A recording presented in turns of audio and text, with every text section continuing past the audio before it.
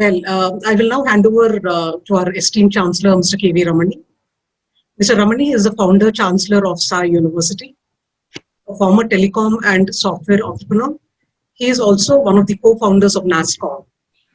After years of entrepreneurial, corporate, and philanthropic accomplishments, Mr. Ramani founded Sai University in 2018 with a vision to build an eminent, multidisciplinary, and interdisciplinary Indian University of global eminence in Chennai, Tamil Nadu.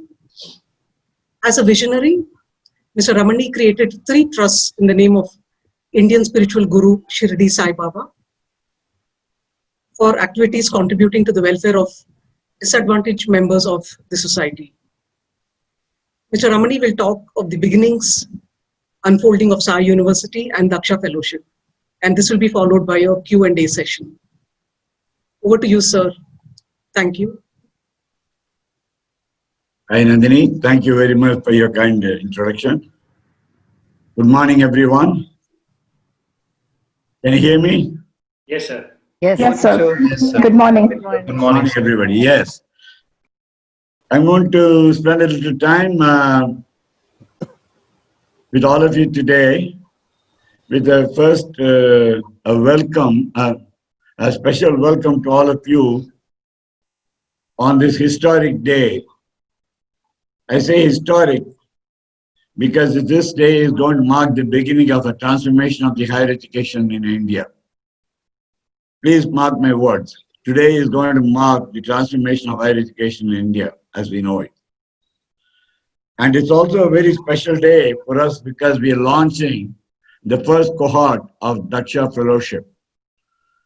And here we have in front of us the Daksha Fellowship aspirants, the very first cohort, and we are very proud of you. And I must congratulate each and every one of you because you've gone through a successful hurdle process of tests, essays, interviews, and all of that stuff to get to where you got ultimately here. But I can assure you, your efforts in getting to where you are today is going to be worth it because it's going to not only transform your lives, it's going to transform the society as a whole. Second, I also have to tell you this Daksha Fellowship is being sponsored by Sai University. I'm going to take a few minutes to explain what do we mean by Sai University. I'm using very carefully the word sponsored by Sai University because as all of you are lawyers, you'll understand the turning of the phrase is very important in the way we speak or the way we write. Sai University is the sponsor of Daksha Fellowship, and Daksha Fellowship is the very first program which has been sponsored and funded by Sai University. And therefore, on this occasion, we are only thankful to several people who made this possible. I must acknowledge their contribution to bring Daksha Fellowship to where we are today. I'll begin my Thanksgiving and keep it brief because the list of the people to whom I have to convey my thanks is very, very, very long. Therefore, I'm going to begin with thanks to the people who helped to contribute the foundations of Daksha Fellowship with Dr. Pramod Sinha and his team at 9.9 who have helped us to start Sai University and the Daksha Fellowship and laid its foundation stones to bring it to this level. So our thanks to Dr. Pramod Sinha, his team consisting of Nidhi Reddy, Mr. Giridhar, Nandita, Hemant, and a few others who have been in the background. Sincere thanks to you, Dr. Pramod Sinha and his team, once again, for bringing us to speed from where we started to where we are today. And second, our sincere thanks and my personal thanks go to Dr. Jamshed Bharucha, our eminent Vice Chancellor of Sai University, and of course, the providing the academic leadership of Daksha Fellowship, Dr. Bharucha. I don't know if any of you know about it. I think one search in Google will give you more information about Dr. Bharucha than I can put in several thousand words. Followed by him, I would like to acknowledge sincerely the leadership provided by Dr. Anand Padmanabhan who is the Dean Academic Affairs and Professor of Law. Thank you, Anand. And as you all know, Dr. Anand Padmanabhan has been Principal Architect of the Daksha Fellowship Program, along with Mr. Madhav Koshla, who is going to be a visiting faculty in Daksha Fellowship. The two of them have put together this eminent batch of students from not only the admissions cycle of the system, but also to make sure that you have an entirely, what do we call, challenging and mind-blowing content awaiting it for you for the Daksha Fellowship Program. All of you have gone through very eminent law schools for your undergrad law programs. Some of you have been practicing law for a long time, but what you're going to see in Sai University and sponsored Daksha Fellowship is going to be something very, very, very special and unique. And you will be the brand ambassadors of Daksha Fellowship Program and also the Sai University going forward. And therefore, my sincere thanks to Anand, and my thanks also to the admissions and outreach team led by Nandini, and of course, and all the team members. The list is very, very long on the Sai University Daksha Fellowship side, so I'm not going to be able to mention each one of them. But I think notable exceptions are, of course, Sheetal, who has been there from day one, has contributed enormously to the program. And my thanks, sincere thanks to also Nega and the marketing communications team for making sure that Daksha Fellowship goes out to the reach out of all the students around the country to get to the level of students engagement that we are having today. I know many of you would not like to be called as students because some of you have been practicing law for a long time. But Daksha Fellowship is not only fellowship, but you will be students because you're going to be online students for a while, and hopefully you will see you in the campus in Chennai in the near future. So my sincere thanks also to the entire team at Sai University and Daksha Fellowship in Chennai, starting from the academic community, where all of them have contributed in several diverse ways in making sure that we have a program which is very unique and very special in the law field. Make sure that we have people who are coming out of Daksha Fellowship, graduating from Daksha Fellowship, are going to be significant contributors in their respective fields. So my thanks to the academic team, and my thanks also to all the other members of the Sai University team in the various functions like human resources, finance, and our campus programs, our registrar, all of them who have all contributed in diverse ways. And therefore, if I have omitted any one of you who are not mentioning your name, please understand the list is long and the time is short. And therefore, we will see my thanks to the entire community of Sai University and the Daksha Fellowship for all your contributions. And I significantly value your personal involvement, commitment, untiring efforts, and the leadership to make the Daksha program come to fruition as we see it today. And today I'm going to see, I'm going to engage with you in 2 or 3 different ways, and you need to forgive me. It's not because of my age that I'm going to talk in different subjects, but please understand there's going to be continuity in what I'm going to talk to you, and you'll see the thread as we follow. The thread will come to you at the end of the talk, and therefore I'd request if you can keep questions to the end so that the flow is not disturbed. And at the end of the program, let's say about 11 o'clock, we'll keep an exclusive 30-minute session for Q&A. Any of you who want to ask me any questions, feel free. I'm not afraid of answering any questions. But please do make a note of your questions, and please keep enough time at the end of it for interacting with us, because I do love to interact with all our colleagues at Daksha Fellowship. So to go back to the beginning, as Nandini said, I come from a tech background. I am a software professional by background, and after mastering in physics and starting my career at IBM and working for almost 12 years, I started a company called Future Software in Chennai. I'm going to be brief about talking about my history, because otherwise it'll take another 2 hours. So I started a company in 1985 called Future Software, and we specialized in doing telecom networking software for exports, project exports, not sending people abroad and providing consulting. And the reason I'm making the distinction is building technology and exporting technology was unheard of in 1985 in India. And I'm saying this to lead you on to believe that what was not possible was achieved in 1985. What was not possible was also achieved in 1990 when I set up another venture called Hughes Software in Delhi, jointly with Hughes Network Systems in US, providing software for satellites and mobile telephony. It's an American company where I was a minority equity partner and started the company in Gurgaon near New Delhi. Both companies went diverse ways. Future Software remained private, held closely by the founding team and also the staff with their generous ESOP options.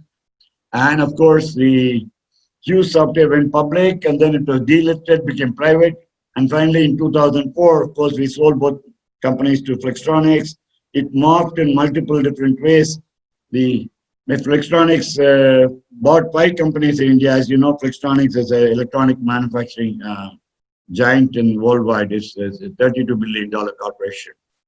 And they provide a complete logistics, reverse logistics, and providing electronic products worldwide. And they bought 5 companies in India, and they requested me to continue on their board for 2 years to merge the 5 companies at one time, which was kind of another historic occasion where I had the privilege of being there. That nowhere in the world have 5 companies merged at one time, at the same time, simultaneously.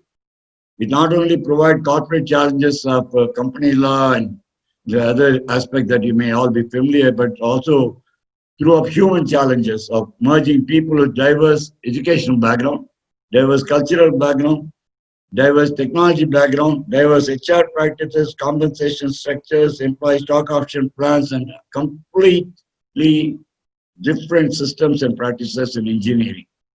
From the time the workstation they used to the tools they were using for writing the software, everything was different. So we successfully managed the merger of all 5. And the company was called Flextronics Software Systems, which was later bought over by a private equity giant from US that you know, KKR. And it was renamed Aricent. And in the last year, they have sold Aricent to Altran of France, which is the world's largest independent communication software and consulting firm out of Paris, France. So what I'm trying to say here is one simple message. What we thought was impossible in 1985 to start a simple boutique software company of technology-based 14 people in 1985, today in 2020, after 35 years, has become a global leader in telecom and technology software with 35,000 people worldwide. 35,000 people. And is today the world's largest independent communication software producer.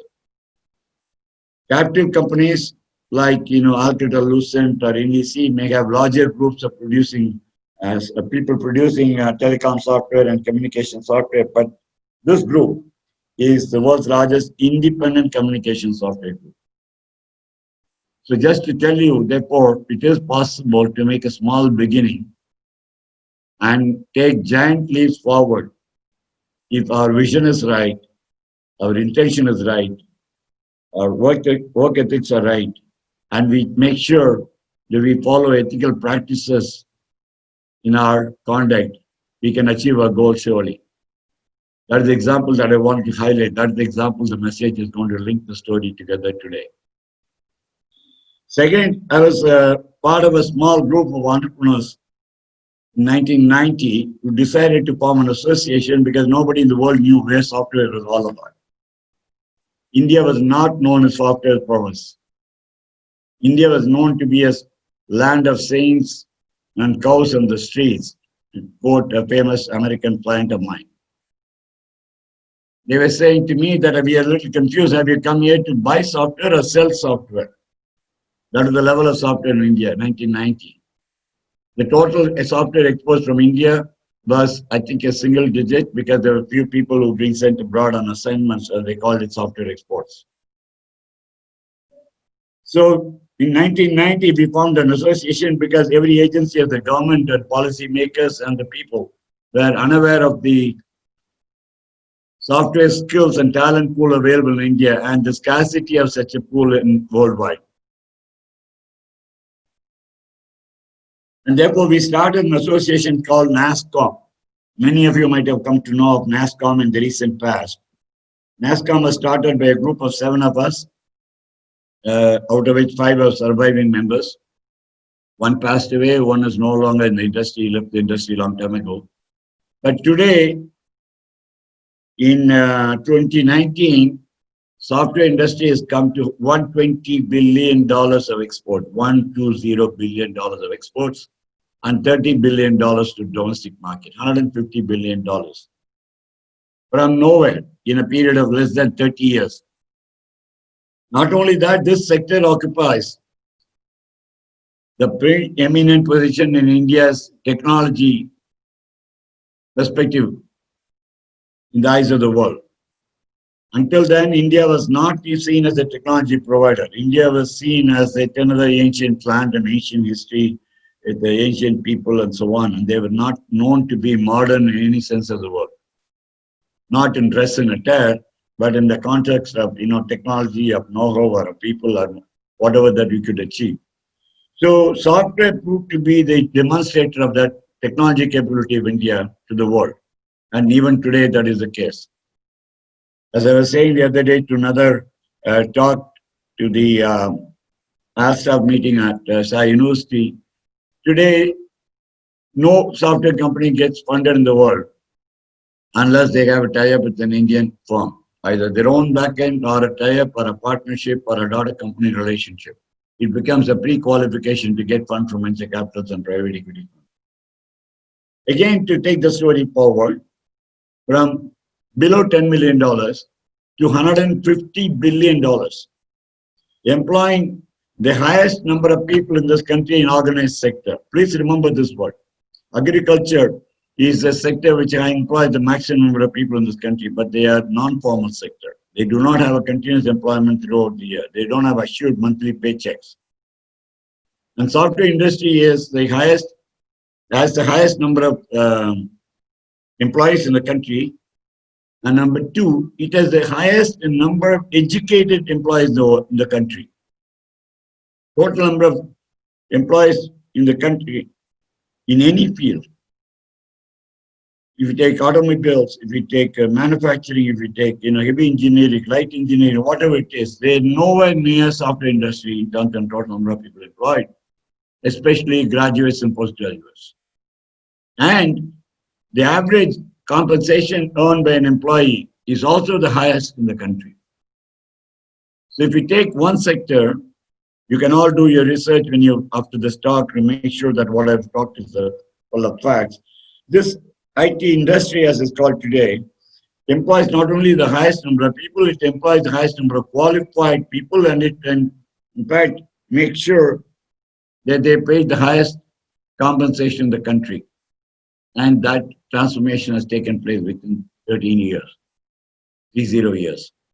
And the Honorable Prime Minister invited the 5 of the surviving co-founders to a function 3 years ago in Delhi to honor on the occasion of the 25th anniversary, the Silver Jubilee of NASSCOM, and honored us with a citation and a memento.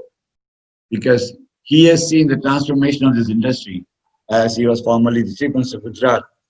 And he has been one of the earliest advocates of transformation of technology sector in this country. And one of our former prime ministers, the former Prime Minister Rajiv Gandhi, is also used to be a pioneer in promoting technology from India. Before that, computers were seen as not suitable for India. Computers were seen as those equipment and machines which damage employment. And India being the largest country with unemployed people and with low levels of education, it said that can we afford to have computers in this country used to be the question. Computers will cause displacement of laborers. Computers will cause unemployment. Computers will destroy the Indian society of its sustenance. This used to be the line of argument. And of course, this industry has come to a level thanks to the support given by former Prime Ministers, Rajiv Gandhi, Narasimha Rao, and of course, our current Prime Minister Modi, and so on. The technology received its boost, and today the rest is history. This industry has become one of the pioneering industry out of India.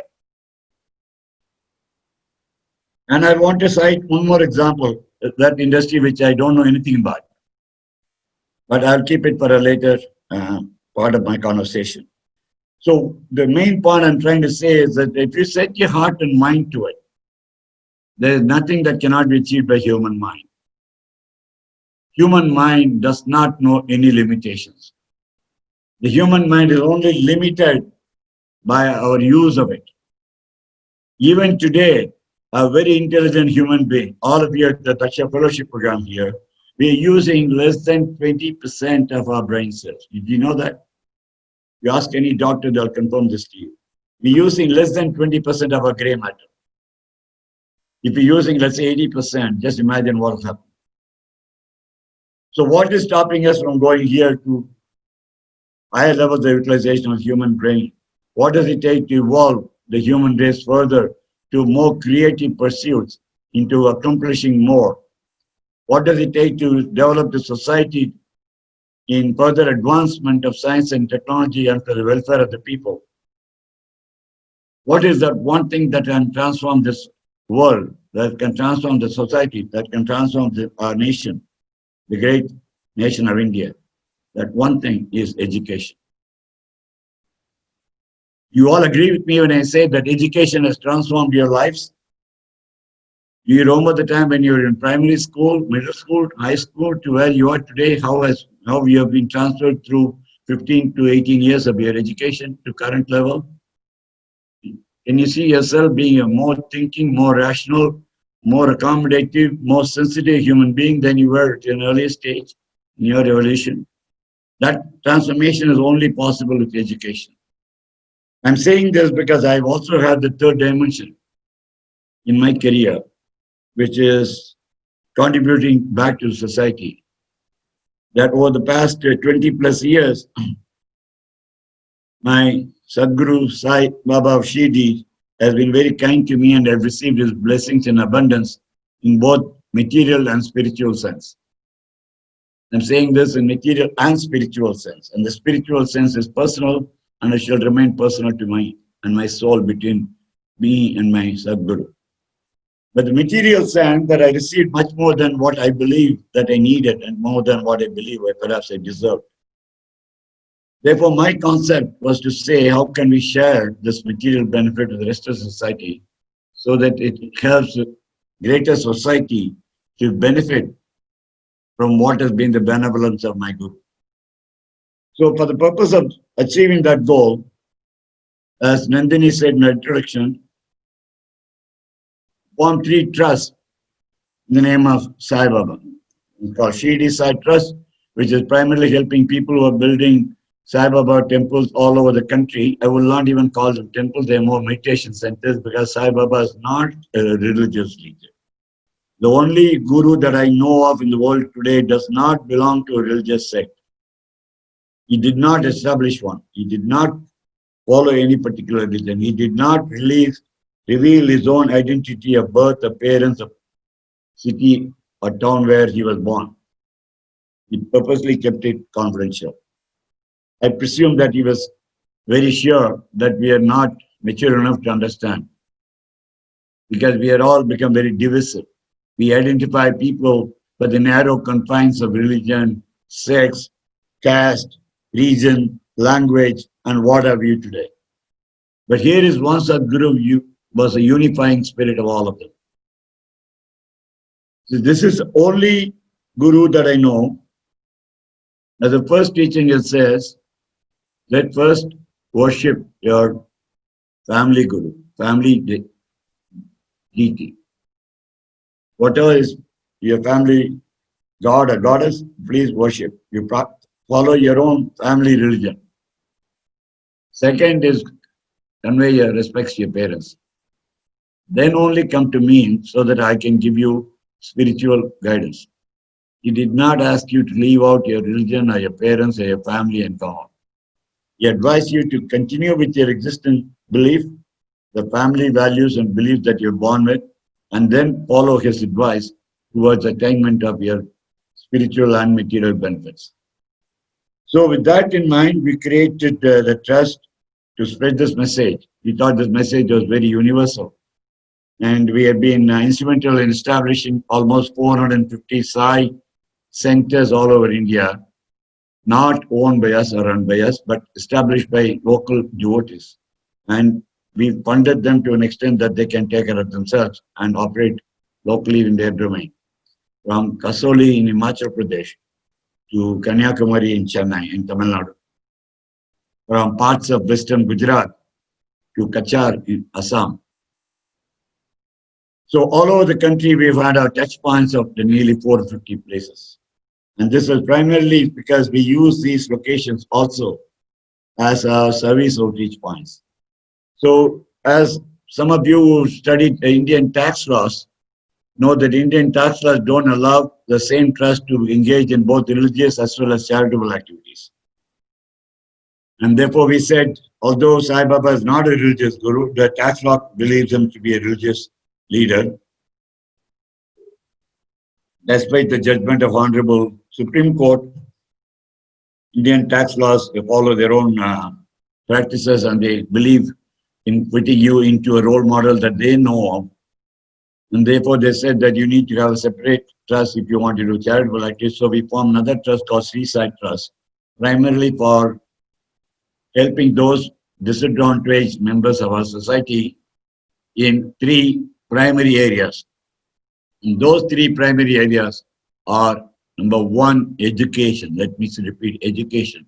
Second is Medicare. And third is providing food.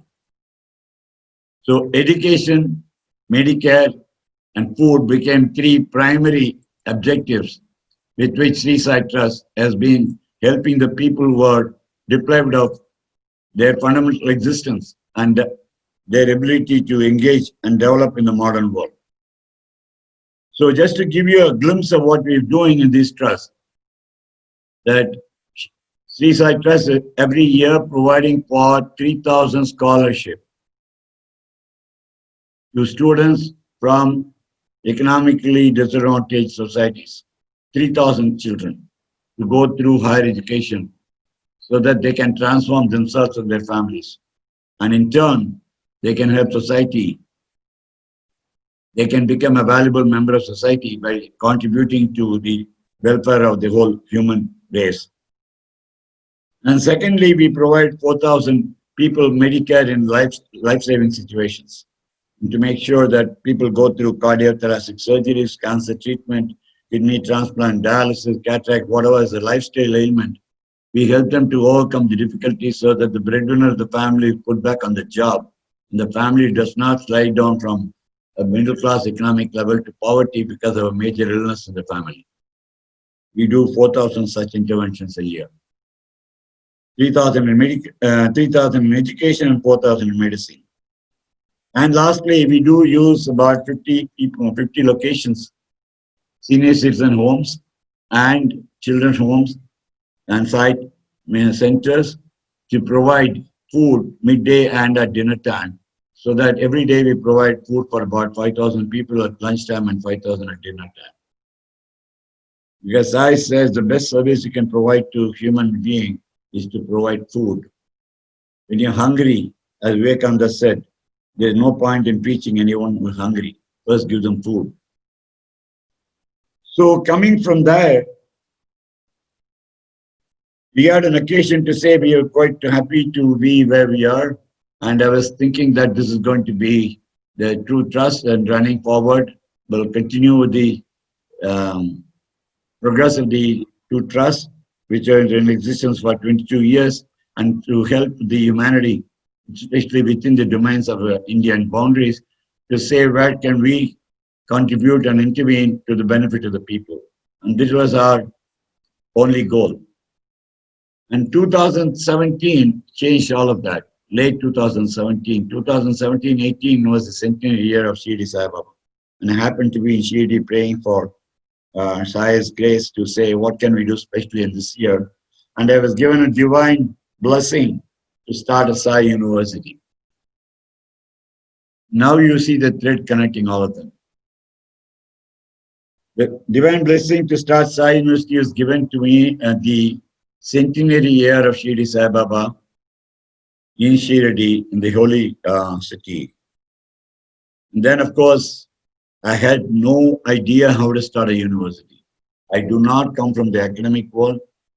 I do not have credentials of a PhD with me. I do not have a domain expertise beyond computer science and telecom. And therefore, I did not know how to proceed with this. But the intent was very clear. The intent was to use education to transform the lives of people to take care of themselves. That's the fundamental goal. We see in India, education traditionally has been a service. And of late, in India, education has become the biggest business.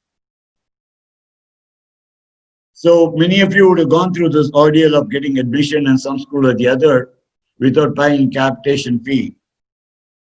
So Sai University and Daksha Fellowship will not charge even 1 rupee capitation fee from any student, rich or poor, in the future. I can tell you this is the first statement I can say on behalf of the university, which will be followed long after we are all gone.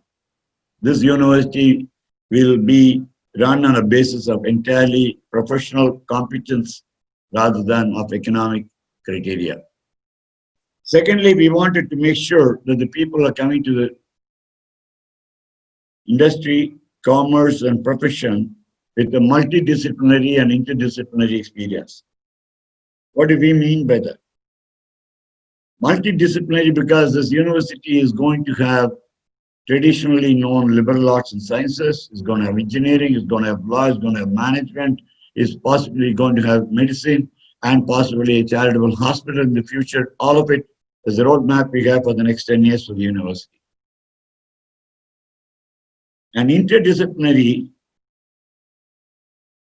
is a term which has now become very popular after the new national education policy of 2020, but we coined it in 2017, 3 years ago.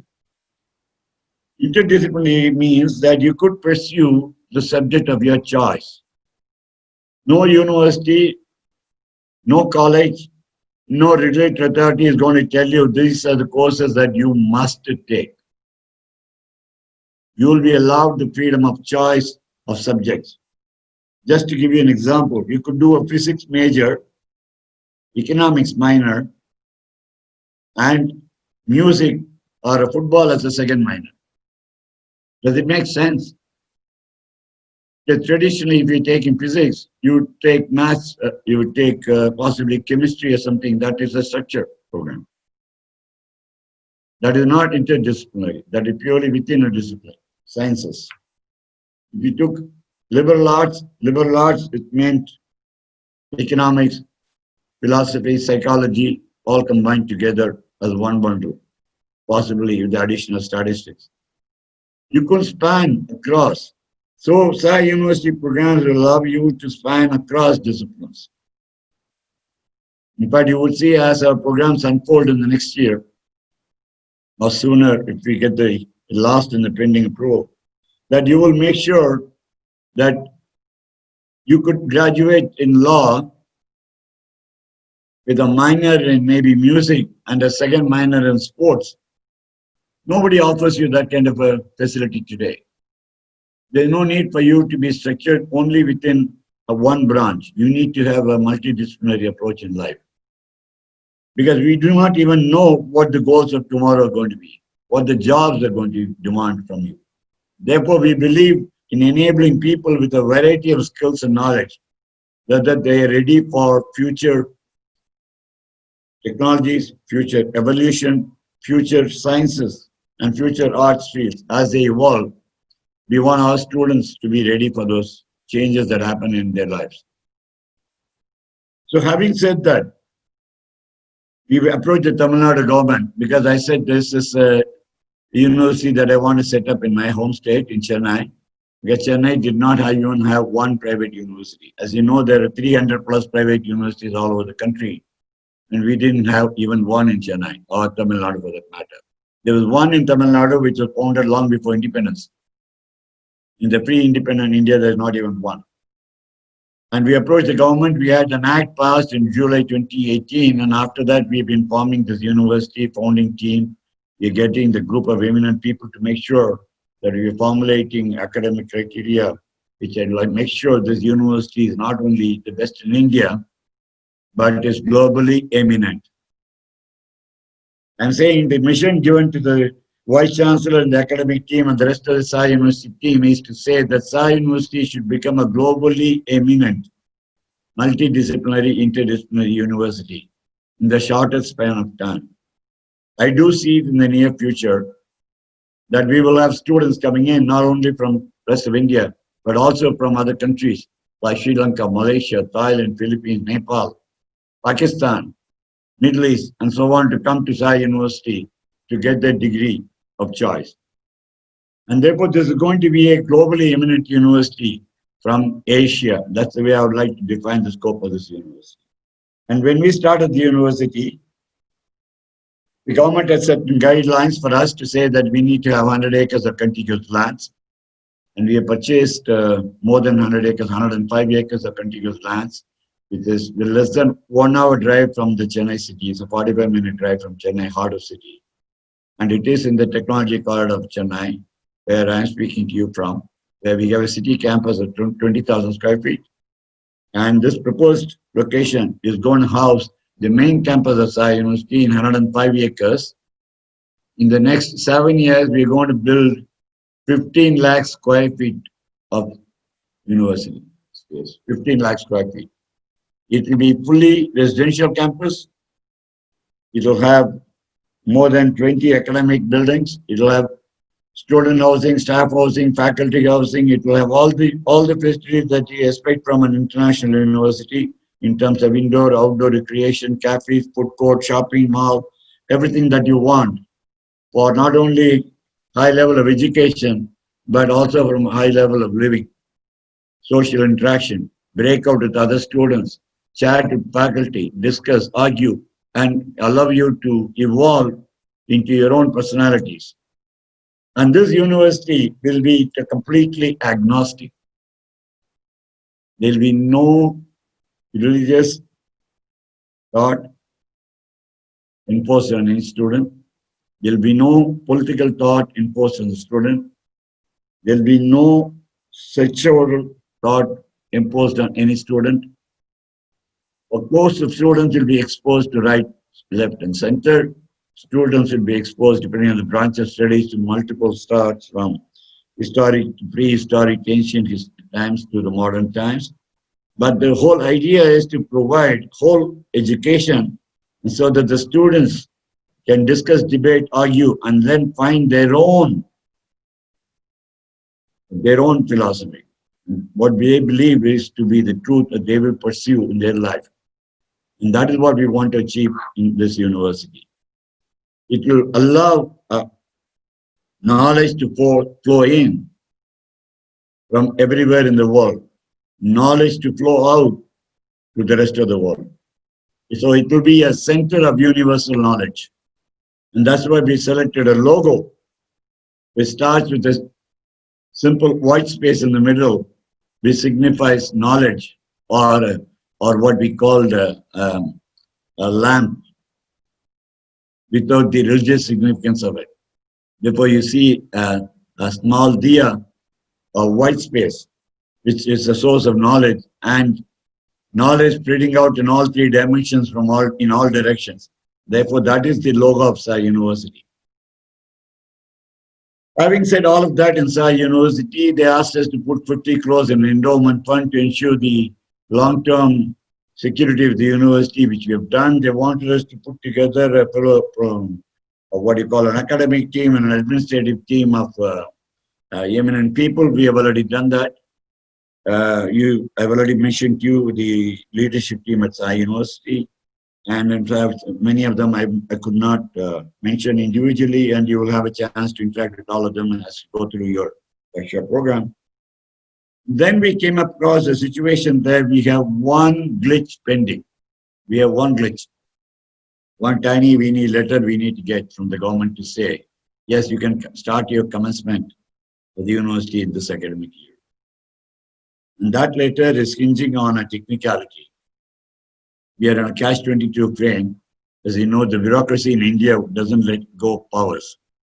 They like to keep things to themselves because otherwise their power will be gone. Therefore, we are stuck in a slight glitch between governments on getting one simple letter to say, Sai University, your commencement date is so and so. So in the absence of getting that, we didn't want to let pass this year, so that we don't want to lose 1 year of academics.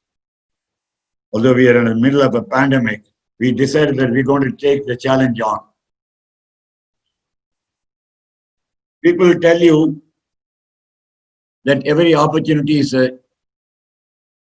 threat in a business sense. You want to go out and do something new, which people have not done before. It's a great opportunity for you in business. It's also a threat because nobody has done it before. I don't know how many of you agree, but every opportunity is therefore a threat. In the traditional business, whenever we evaluate any business proposal, we always did a SWOT analysis. SWOT is SWOT.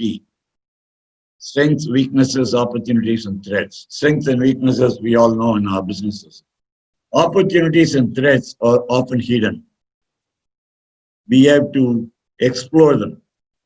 So when we explore an opportunity to say, hey, this is the greatest idea that I've come across, and this is an opportunity nobody has exploited before, and therefore I'm going to go and exploit this opportunity and establish a business or a commerce, you will also know it's a threat because you don't know how many others have the same idea at the same time. You do not know whether this opportunity is itself going to be a success or not, whether it's doable or not. You are not aware of it, and therefore it's a threat. But today we are in the reverse situation. Thanks to COVID-19, we are in the middle of a threat, an existential threat to our society, global existential threat. We have never seen a threat like this in our lives. We have seen threats of war, we've seen threats of hunger, we've seen threats of local devastation by nature, earthquakes, rains, floods, whatever, fire. But we're not seeing a virus, a tiny weeny virus, which can only be seen with an electron microscope, not even ordinary microscope, unseen to the human eye. He is keeping the whole world to ransom. The entire world is at the ransom of COVID-19. This is a huge threat, a true huge threat, because we don't even know how we're going to handle it. We do not have a cure, we don't have a vaccine, we do not have a medicine to treat it. We don't even know how it's morphing into multiple dimensional ways. And doctors and scientists are still puzzled by the way this threat is coming to our being. But in the middle of this threat, we are seeing this, I must say this smilingly, that we are seeing this as an opportunity to launch a university and a program. In the middle of this threat, the human society, as you know, has always found its way out of every threat and every emergency into finding new ways of surviving. The human race has never given up in life because that's in our genes. We are programmed to survive, whatever be the circumstance. So as a sequel to this threat by this COVID-19 pandemic, the education sector has responded with online learning, hybrid learning, and whatever else forms of learning that are going to be invented soon.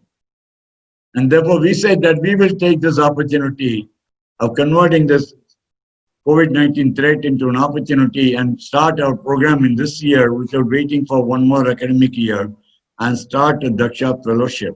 And since we do not have the commencement certificate, a two-line letter from the government, we said we'll start it as a fellowship, and a fellowship that will be globally acclaimed, globally renowned, as famous as any of the Ivy League universities in the world, that you'll be seen as a equivalent of a Rhodes Scholar or Alpha Beta Pi or whatever you club that you know in the world, that we want a Daksha Fellowship to reach that level of eminence in the world. That's why our recruitment and hiring policy for this program has been very, very strict. Many of you have gone through it, would have known that we try to prevent people from coming in while most others are trying to somehow get people into their schools. You've gone through successful hurdles. You come to a stage in life where you join the most eminent law program this country has seen. And that brings me to the Daksha Fellowship. And the Daksha Fellowship is designed to be another eminent initiative in the domain of law that this country has not seen so far. I am confident to say if you can do it in software field, you can do it in telecom field, you can do it in Medicare. I do not know how many of you are aware that, until 25 years ago, if an Indian had to go through, of course, I'm assuming a rich Indian, your bypass surgery, you had to go to US. You could not get a bypass surgery done in India. People were rushing and borrowing money and going to US for a bypass surgery. And today, the reverse is true. Today, as much as the Americans and Europeans and Asians are coming to India for software, people from around the world are coming to India for Medicare. You are aware that this transformation has happened in the last 25 years. Corporate hospitals have brought in Medicare to India in a global standard so that people around the world are coming to India for treatment. The same way, I believe law is waiting to be transformed. The branch of law in India has not been exploited to its full potential, exploited in a good sense of the word, in a sense that it is going to be very positive turn of events, that the law program is going to be converting all of you to be eminent scholars of Sai University, Daksha Fellowship, to say you will be the leading lights of Daksha. And why did we choose law? This is a question that I've been asked often before. I'll answer that with a simple sentence to say, law is a very noble profession. I do not know how many of you are aware of this. Many of the freedom fighters or many of the leaders of the freedom fighting movement from India were lawyers. From Jawaharlal Nehru, from Rajaji, from our father of the nation, Gandhiji. I am talking about Mohandas Karamchand Gandhi. Many of the others are constitutional founders, Dr. Ambedkar, Sri Alladi Krishnameyer from Chennai. All of them were lawyers. Because lawyers, in addition to practicing their profession, had a great amount of social consciousness. And involvement of society of a lawyer was very high during the independence movement. And it has remained high in India. It has always remained high. I'll tell you why it has remained high. Because in a democracy, it's considered that there are 4 pillars of democracy. You're all law students, so I should be brief on this subject. In addition to the legislature, the executive, the judiciary, and the press are considered the 4 pillars of the democracy. But in my opinion, there's a 5th pillar, which is the profession of law, which is different from judiciary. Many of you will agree with me to see that today there's a slight difference between the profession of law, the practice of law, and the practice of the justice. Although they are one and the same, to quote the words of my dear friend Sriram Panchu, the bar is the mother of the bench. It is true that the bar is the mother of the bench. All judges come from the bar. But then they become the members of the bench. They seem to become a little different from the bar. The recent occurrences of news in the papers, I'm sure, will make you think, is there a diversity between the bench and the bar? Your own leading journal in your profession is called the bar and the bench. They separated with a tiny comma between the two or an ampersand sign between the two. So I'm trying to say that the practice of law is a little different from the dispensation of justice. The way this practice, the way it is impacting society, they do have, both have very, very important role to play, but they have roles are very different. Judicial activism has been major impact during the last 10 years in India or 15 years in India, or maybe even earlier, even during the emergency days. Judicial activism has saved this democracy. But now we see a completely different activism of lawyers' activism. Lawyers' activism, I say, is different from judicial activism, because if we see today, lawyers have begun every new initiative in protecting the Indian democracy, the Indian society, especially since the advent of the RTI Act, the Right to Information Act, especially since the advent of the PIL litigation, public interest litigation, the advent of the NGOs, mostly formed by lawyers, who have ensured that the law reaches the common man and cannot be buried in the files of the bureaucracy or cannot be stopped at the doors of the judiciary. That the doors are open of every single branch of the first four pillars of democracy are opened by practicing lawyers through modern instruments like RTI, PIL, and so on and so forth. And therefore, I believe that there is a great need for giving a new dimensional twist to the profession of law to bring out practicing lawyers who are going to make a.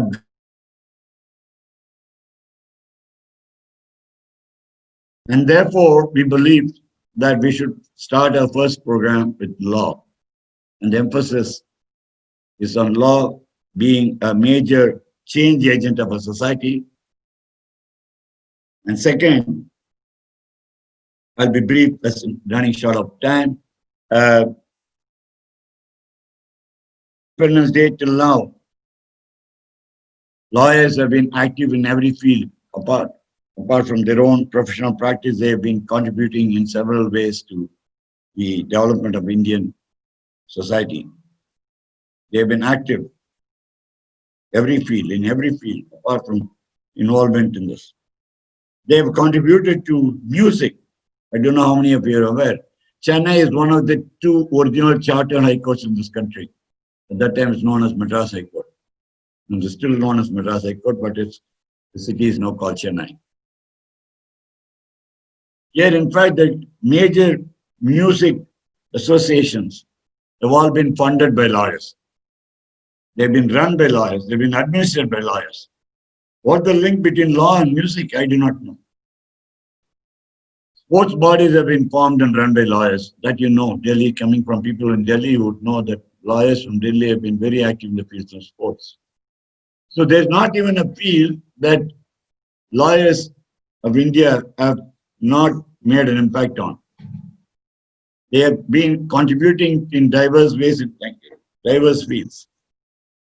That made us believe that why not we create a Daksha Fellows who will be able to make impact not only field of law, but in also the whole society of India and in internationally sensitive citizens. And therefore, we started Daksha Fellowship. And last but not the least, I will tell you a tiny anecdote to say that I come from a family of lawyers, eminent lawyers, from my grand uncle and to my father. My father was a practitioner of company law and taxation, which was the most eminent field at that time. But I had no inclination to practice law. Don't tell this to anybody. But I thought I'll compensate that by starting a law program to say that the family traditions or ties with law are not forgotten or maintained by me, and I don't become what we call untouchable within my family. So there are several dimensions and twists to the starting of this law. And this law program is going to be very unique in the way it has been conceived and designed by our academic leadership with Dr. Anant, and of course with a lot of assistance from others, especially the academic team, to say that we have devised three pathways. I'm sure that all of you know the three pathways that I'm not going to talk to you about, but the three pathways are meant to give you new specializations which do not exist in the country today. One is tech law. As tech law, you would imagine, brings me to tech law because I've gone through an age of suffering where there's no technology lawyer in the country. Excuse me for my sip of coffee and passing for the day. And I started a technology committee in 85, and we said we're going to be starting to develop IPR, intellectual property in telecommunication software technology, and license it to giants in the world. We did not have a lawyer that you could consult to frame a contract. I'm telling you honestly, we did not have it. 1985 to 1990. We did not have a single lawyer in the country. From the branded law firms of Bombay and Delhi and Chennai, and the individual specialists, there's not even one person who had the expertise to build it. So as a fallback, I went to the client and said that did you have a standard template that we could, cut and paste and use it for what we want to do? Then we found that they were not having a contract for purely exclusively software law. They were all having technology transfer law. India had many technology transfer specialists. India is used to, purchasing defense technology, space technology, nuclear technology, and manufacturing technology, and therefore there was lots of legal expertise available in technology transfer, but certainly not in the sense that you were exporting technology, you're licensing technology, it was not available. So we actually had to build our own in-house competence. I had an able mentor and guide by the name Ram, was a chartered accountant and a lawyer. He took it upon himself to learn the intricacies of tech law and framed the first software services contract in this country for licensing our technology to global leaders. When I say licensing, what does it mean? To say, not sending people abroad, we're not billing by the hour that's spent on a client contract, we don't maintain log sheets. Then how are we getting our revenue? The model was very simple, that we're going to say that this is the product. IP switching, IP routing technology, here is a stack, complete software that's given to you. You pay a one-time license fee, and then we'll implement it for you on your hardware. And every quarter you ship your boxes. You send a CXO signed statement and send us royalties per box sold. Royalty per box sold. This concept is unknown to India. Because at that point of time, as all of you know, in software field, there are no patents, there's only copyrights. And the Indian Copyright Act was more misunderstood than understood. As my late friend Devang Mehta would often quote in NASCOM meetings, in India, copyright meant right to copy. It is not a protection from copyright. It is meant as a right to copy.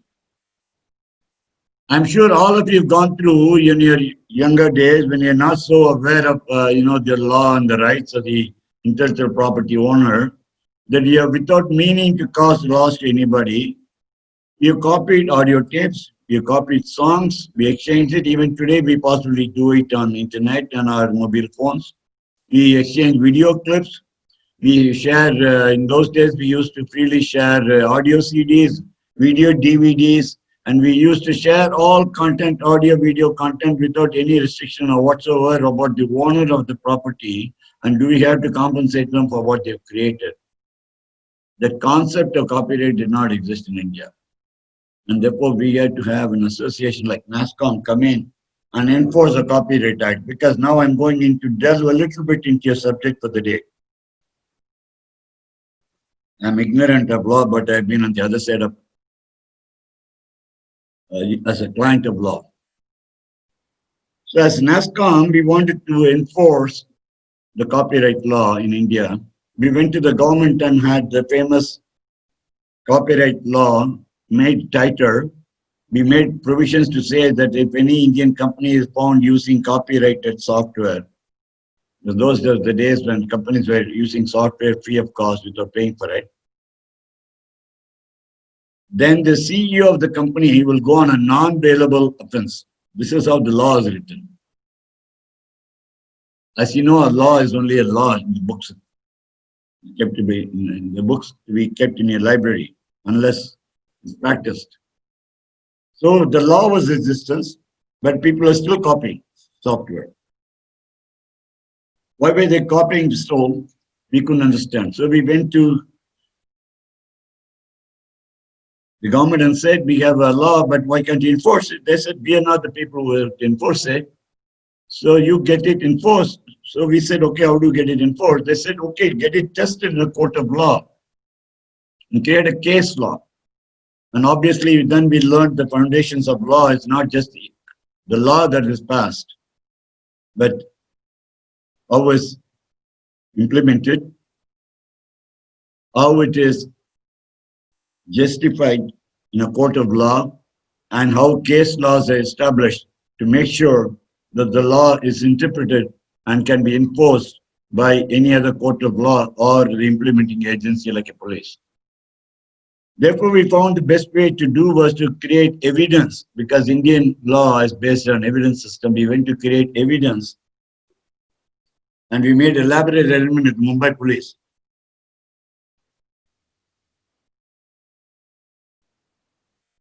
And we